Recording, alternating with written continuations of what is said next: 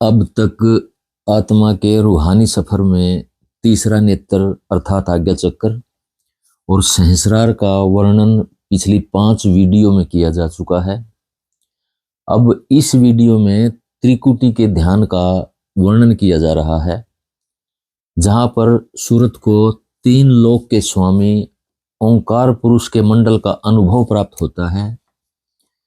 पिछली वीडियो में बंकनाल के अंधकार की घाटी का वर्णन किया था, जहां पर कुछ महात्माओं ने विरोधी ताकतों और मृत्यु के देवता का निवास स्थान बताया है और कहा है कि पग पग पर आत्मा को इन ताकतों के द्वारा रोका जाता है।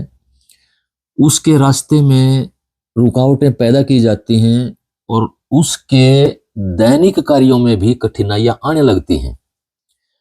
साधक को विजन में और सपनों में भी अनचाहे दृश्य दिखाई देने लगते हैं और साधक विचलित होने लगता है।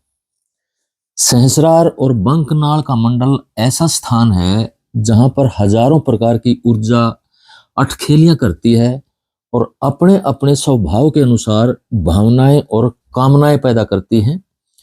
यहाँ कल्पनाओं का संसार है। साधक जैसा सोचता जाता है उसके सामने वैसा ही संसार प्रकट होने लगता है। इसे ऋषि महात्माओं के द्वारा कल्प वृक्ष यानी कि कल्पनाओं का वृक्ष भी कहा जाता है। इस्लाम में इस संसार को आलम अल मिथाल कहा गया है। इस पर विजय पाने के लिए पूर्ण सतगुरु की जरूरत पड़ती है। इसीलिए सार वचन वार्तिक भाग 2 के 251वें वचन में स्वामी जी महाराज ने कहा है, झूठे गुरु की टेक को तजत न कीजे बार, द्वार न पावे शब्द का भटके बारंबार। स्वामी जी महाराज फिर क्या कहते हैं कि पूरा गुरु ढूंढ तेरे भले की कहूं, पिछले की टेक छोड़ तेरे भले की कहूं। जब पूर्ण सतगुरु का हाथ सिर पर टिक जाता है तो ध्यान अभ्यास की कोई भी रुकावट पल में धराशायी हो जाती है। कल्पनाओं के इस नकली संसार से निकलने के लिए सतगुरु प्रेम और सुमरन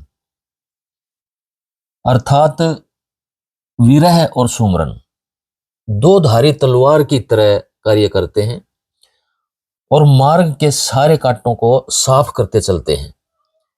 प्रेम और भक्ति की धारा का वेग इतना शक्तिशाली होता है कि सारे शक, सारी शंकाओं को और सारी कठिनाइयों को पल में उखाड़ फेंकता है। ज्ञानी के लिए यह संभव नहीं हो पाता है और वह सारा जीवन के लिए बंकनाल के अंधकार में अटक जाता है। प्रेमी भक्त के लिए काल और विरोधी शक्तियों का भी कोई अस्तित्व नहीं होता है। उसके लिए तो सब कुछ सतगुरु ही सतगुरु होता है। कोई चोट लगती है तो भी सतगुरु और कोई इनाम मिलता है तो भी सतगुरु। बंकनाल से पहले जब सूरत सहस्रार के मंडल पर आती है तो प्रकाश की बाढ़ सी आ जाती है। ध्यान में पता ही नहीं चलता कि 1.25 से 1.5 घंटा कब बीत गया। यहां आकर व्यक्ति को ध्यान नहीं करना पड़ता है, बल्कि अपने समय पर व्यक्ति को ध्यान अपनी ओर खींचने लगता है। स्वतः ही यानी कि स्वयं ही शरीर में ध्यान ऊपर की तरफ चढ़ने लगता है। यहाँ की अवस्था को देखकर कबीर साहब की साखी याद आती है। माला फेरू ना हर भजूं, मुख से कहूं ना राम, मेरा साईं मुझको भजे तब पाऊं विश्राम। बिना प्रयास किए यानी कि बिना कोशिश किए यदि कोई व्यक्ति एक बार में 1.25 से 1.5 घंटे का ध्यान नहीं करता है तो उसे समझना चाहिए कि उसका ध्यान अभी सहस्रार का नहीं खुला है। सहस्रार का ध्यान खुलने पर व्यक्ति दिन में 2 से 3 या 4 बार में कम से कम 3 से 4 घंटे का ध्यान करने लगता है। वह खाना पीना भूलकर ध्यान में बैठने की कोशिश करता है। सहस्रार के बाद अब वह त्रिकुटी के मंडल में आ जाता है, जो ओंकार पुरुष का मंडल है। इस मंडल की यात्रा पूरी होने के बाद सूरत के सिमटाओं का पहला चरण पूरा हो जाता है। त्रिकुटी के मंडल तक शरीर व मन की चेतना की धार खींचकर चेतन घन बनाकर यानी कि समूह बनाकर आत्मा में सिमट जाती है, यानी कि तीसरे तिल के स्थान पर या तीसरी नेत्र के स्थान पर आकर सिमट जाती है। लेकिन इतनी नहीं खींचती कि इसमें मृत्यु वाली अवस्था की प्रक्रिया आरंभ हो। यहां तक शरीर का शून्य होना महसूस हो सकता है। हाथ पैरों या दूसरे अंगों की चेतन अनुभूति समाप्त हो सकती है, लेकिन फिर भी शरीर की सारी चेतना नहीं खींच पाती है। बहुत से महात्मा इसे ही जीते जी मरना कह देते हैं। यह अवस्था तो असली जीते जी मरने के अभ्यास की झलक मात्र है। इसमें हाथ व पैर सुन्न होकर बेजान हो सकते हैं। कभी कभी कीड़ी चलने या कांटे चुभने की अनुभूति हो सकती है। चेतना का पूर्ण सिमटाव उस समय आरंभ होता है जब हाथ पैरों की उंगलियों के सारे पोरवे अकड़ कर दर्द करने लगे और खींचकर मुड़ने लगे। जिस तरह मृत्यु के समय आरंभिक लक्षण प्रकट होने लगते हैं। लेकिन ऐसी अवस्था त्रिकुटी को पार करने के बाद शून्य मंडल में आरंभ होती है। इसलिए त्रिकुटी का ध्यान प्रकाश का ध्यान कहा गया है। शब्द भी निखर कर आने लगता है, जिसमें ओंकार की धुन सुनती है, परंतु चेतना का सिमटाव ऊपरी सत्र का है। त्रिकुटी के प्रकाश नूर को सतगुरु के चरण कहा गया है। त्रिकुटी में आने पर ही सतगुरु के असली स्वरूप की झलक मिलती है, यानी कि सूक्ष्म स्वरूप की, नूरी स्वरूप की, जो नूरी बनकर बहने लगता है, उसकी झलक मिलती है। लेकिन यहां भी काल व माया का जोर है। त्रिकुटी के मंडल तक की चेतना तीन लोक की चेतना है, जो सृष्टि की संभाल करती है। ओंकार पुरुष अर्थात ओम इस लोक का स्वामी है।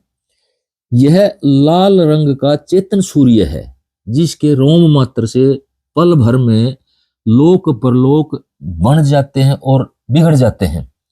सारी आकाश गंगाएं, सारे दृष्टिगोचर अंड पिंड ब्रह्मांड इसी सूर्य की अभिव्यक्ति हैं। संसार की सूक्ष्म चेतना के माध्यम से ही यह पुरुष स्थूल संसार की रचना करता है। ओंकार पुरुष से तीन चेतन धाराओं या शक्तियों का जन्म होता है, जो संसार में जाकर हजारों धार बन जाती हैं। वही आज्ञा चक्र पर जाकर कई सहस्रार धाराओं में बट जाती हैं। वह इस तरह से मूलाधार चक्र तक जाते जाते ओंकार पुरुष की धार लाखों धाराओं में बट जाती है और हर मंडल पर जाते जाते उन पर स्थूलता के आवरण चढ़ते जाते हैं, यानी कि वह स्थूल से स्थूल होती जाती है। उसमें सूक्ष्म तत्व कम होता चला जाता है और स्थूल तत्व बढ़ता चला जाता है। इसी आधार पर 84 लाख योनियों की उत्पत्ति हुई। ओंकार पुरुष की यही धार नीचे आकर जेरज, अंडज, स्विदज और उद्भिज योनियों में बट जाती है और तरह तरह के जीवों की उत्पत्ति हो जाती है। ओम, ए, उ तथा मैं तीन मात्राओं से मिलकर बना है। यहां से तीन धाराओं का उद्भव होता है, यानी कि जन्म होता है, जिन्हें सत, रज व तम कहा जाता है। सत्व, रजस व तम कहा जाता है। इन्हें ही ब्रह्मा, विष्णु और महेश की मूल धाराएं भी कहा जाता है। सांख्य दर्शन में कहा गया है कि मूल प्रकृति में यही तीन अवस्थाएं अर्थात सत्व, रजस व तमस विद्यमान रहती हैं। ये तीन अवस्थाएं मूल प्रकृति में साम्य अवस्था में रहती हैं, अर्थात एक बैलेंस बनाकर बराबर मात्रा में विद्यमान रहती हैं। जब ये विषम अवस्था में आ जाते हैं, यानी कि जब घटने बढ़ने लगती हैं इनमें से तीनों में से कोई एक तत्व, तो प्रकृति में विकार आना आरंभ हो जाता है। इस तरह से 25 प्रकृति, जिनमें 23 विकृति, एक मूल प्रकृति तथा एक प्रकृति के संबंध में पुरुष, ये 25 प्रकृति अस्तित्व में आ जाती हैं और सुख दुख क्लेश, ताप आदि दुखों का जन्म होता है तथा पुरुष अज्ञानवश होकर जन्म मरण के भंवर में फंसा रहता है। लेकिन पुनः जब यही तीन गुण अपनी सब सम अवस्था में आ जाते हैं, यानी कि साम्य अवस्था में आ जाते हैं, तो इनका विलय मूल प्रकृति में हो जाता है और पुरुष प्रकृति के बंधन से सर्वदा अलग हो जाता है। जब